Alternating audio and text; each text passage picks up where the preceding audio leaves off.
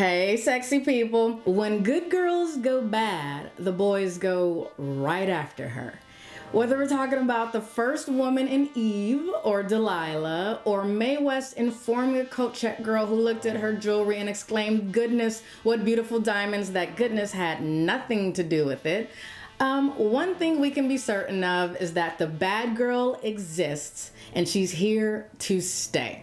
All right, we're called Femme Fatales, which is French for fatal women, when we use our feminine wiles to bring about the destruction of the men in our lives. And in this video, I'm gonna take a look at the top 5 real-life femme fatales from this last decade so that we can look at what the persistent existence of this real bad girls club serves to remind us, okay? So stick around.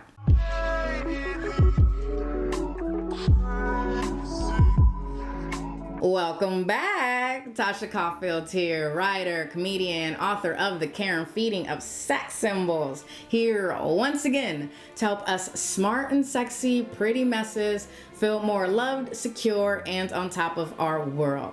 All right, so if you're a girl, these are the type of girls you're supposed to avoid becoming at all costs. And if you're a guy, these are the type of girls your mama warned you about, okay? Unlike most women, femme fatales do not use their charm and sex appeal to find a mate and settle down and procreate and, do all that good stuff.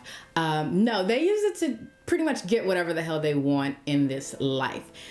Stuff that's usually more commonly associated with masculine goals, like money, power, and sex. And they have no problem taking a guy down and sometimes even out in the process. For the sake of this exclusive top 5 list, I've left out black widows just because there's too many of them. There's too many of these women out here killing dudes for money. And it's unoriginal. And that's not really what makes a femme fatale, just, killing guys for money. A femme fatale is a whole personality, a whole mood, as the kids would say. Like, it's a defining characteristic of a person, and any havoc and destruction they wreak in the process amongst men is just purely for sport, okay? It's not really, it's just who they are. All right, so without further ado, who are these ladies? Coming in at number 5 is Stiviano. You guys might remember her as the personal assistant to former Clippers owner Donald Sterling. After about a 2.5-year relationship that netted her a $1.8 million home and a $240,000 Ferrari and a Bentley and Range Rover, all that kind of stuff, shopping sprees, worldwide travel, all that stuff. Her friend, as she kept calling her, leaked a tape that showcased some very racist comments that Sterling had made to her in private. Those comments, that tape, cost him his team. He got banned from the NBA for life. He got fined $2.5 million. And he basically has a really crappy reputation that's going to follow him around for the rest of his life. Now, it was pretty obvious that Stiviano was spinning a little web of destruction because she has supposedly over 100 hours of recordings for him. And she keeps calling the girl who leaked it her friend, which is probably something you wouldn't do to somebody if they had betrayed your confidence. In an interview that she had made after she supposedly had just come from meeting with Sterling, the interviewer asked how he was doing post his demise, and she said, let me read it so I get it straight. He's confused. I think he feels very alone, not truly supported by those around him, tormented and emotionally traumatized. So she really did a good number on him. And she was urging him to come to his own rescue, though. So, at least there's that. Coming in at number 4 might actually surprise you, but it's Shelley Sterling. Yes, the wife of Donald Sterling.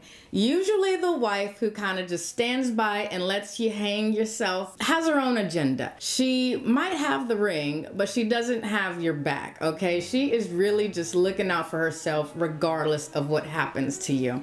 This was a woman who stood by for years and watched Stiviano and Donald cozy up at games and go on trips together and all that kind of stuff until she decided to make her own chess move and sue Stiviano for the gifts, which then created the chain reaction of Stiviano leaking the tapes, which led to Donald's downfall. When that happened, Shelley Sterling gained control of the team by claiming that Donald Sterling was suffering from Alzheimer's and sold the team from under him for $2 billion, which he tried to sue her for. He was unsuccessful. I don't even know a husband could sue his wife, but you learn something new every day. Now, Donald Sterling and we are gossiping in here. We got this is tea. Donald Sterling and Shelley Sterling have been married since 1955. And Shelley Sterling has sued other mistresses from time to time within those years. Okay, she knows what he's about. In an interview with Barbara Walters, she said that she does not love Donald Sterling, but that she pities him and feels sorry for him. Meanwhile, Donald is still around town with girlfriends who are undoubtedly femme fatales in their own right. So Shelley Sterling knows what she's doing. She's got her own agenda. She's just doing it from within the house. Okay? The call is coming from within the house. Coming in at number 3 is Peggy Fulford, aka Peggy King. Yes, not all women hanging around athletes want to become a WAG. And for those of you who don't know what a WAG is, that's the acronym for wives and girlfriends of sports stars. Okay, some of them just want their money. Just want the money. Y'all can keep all that other stuff. And they're willing to do whatever it takes to gain their trust to get it.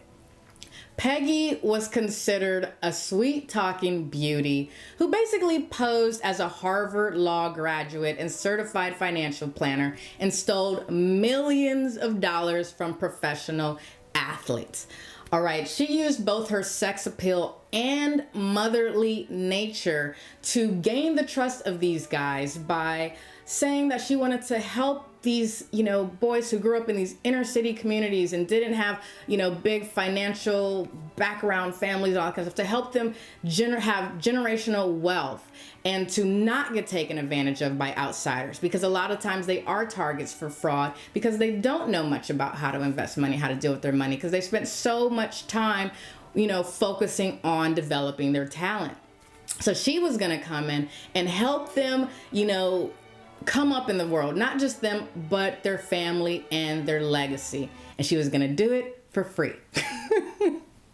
Once she, got in with the couple by becoming their total support system, she would, deal with any baby mama drama. She would help them shop for engagement rings for their girlfriends. She threw baby showers. She showed up at hospital beds when they were sick. I mean, she was there. She became a right-hand woman. Then they would start recommending her to their friends. And it didn't take long for her to then get a roster of over 31 athletes giving her their money and calling her Mama. Yes, that was her nickname, Mama. With their money, she would give them an allowance, a couple $1,000 a month, and then manage the rest, which apparently meant buying a 5-bedroom mansion, waterfront elevator, Fort Lauderdale type stuff, Bentleys, Rolls Royces, Porsches, all that kind of good stuff. And, coming to America-sized diamonds, as one detective put it. And even nabbed herself a doctor husband in the process of her come up. And you would think that would be enough for her to hang it up. But no, she started moving on to non-athletes. she was on a mission. Well, it didn't take long for athletes to start getting calls and stuff about things like their electricity not working because their bill wasn't paid, or life insurance policy lapsing because that bill wasn't paid, or things like that, which got the attention of their lawyers, which led to everything starting to collapse. She left these guys completely broke. Took just everything. And remember, this is not easily replaced money, as most of the money these men make, is during their playing years. So it's not like they can just go out and get it again. So she left him in a pretty tough position. And when she pled guilty to her crimes in 2018, she basically said things had gotten away from her. It got out of hand, is what she said. She got sentenced to a maximum of 10 years. And, says when she gets out, she just might open a flower shop. So, maybe. Coming in at number 2 is a quick one before we get to number 1, because it's really just an honorable mention for the figment of my imagination that is Celeste Lee. Yes, from my book Serial Killer. All right, and I could do this because it's my list. I could do whatever I want. Celeste Lee is a bad mama jamma, and she gets mixed up with the main character, Detective Andrew Crane, and you can see how that works out for him. All right. I'm going to put a link to it in the description below. You can check it out, Amazon, Barnes & Noble, wherever you buy your books at online, it's there. So, all right, that's number 2. And finally, coming in at number 1 is Samantha Barbash, aka Samantha Fox with the 2 X's. All right, the Scores hostess and former stripper who was so bad they had to immortalize her in the 2019 movie Hustlers, in which she was portrayed by Jennifer Lopez. All right, for her version of how things went down, I recommend you read her book Underscore, only because she out here suing people.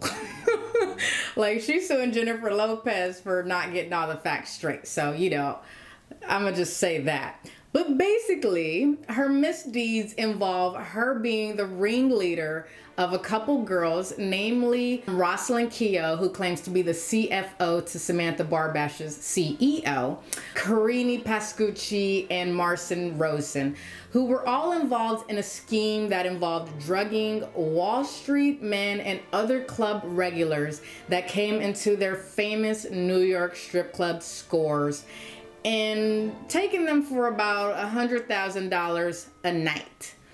All right. These were usually wealthy, high-powered, married men because they were more likely to just let it go, And okay. So that happened. The guys who did try to complain were usually just talked up by the police as guys with like buyer's remorse or whatever. So they were able to get away with this for a good while. They would drug them not with like the date rape drug. They would use a mixture of ketamine and MDMA, which is apparently like a form of ecstasy or Molly, and just score at Scores. You see what I did there? Sometimes they would just take the card too and like have Christian Louis Vuitton open up at 6 a.m. in the morning and just go nuts buying purses and shoes or whatever. They were out there having fun.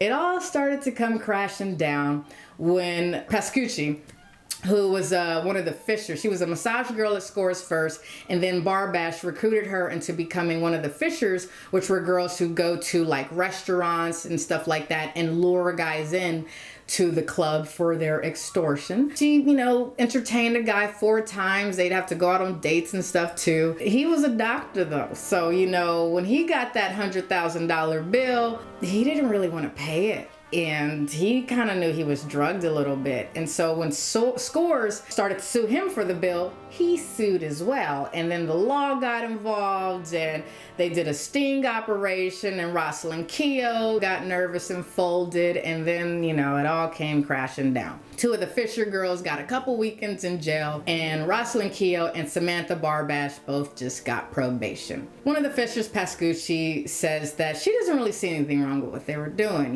She says that strip clubs prey on the weak anyway, and it's their job to run up their bills. Like, what's the problem? And Samantha Barbash would just rather talk about the guys who come in and apparently drug the girls who work there. Apparently that's like a big problem. And she's like, why aren't we talking about that?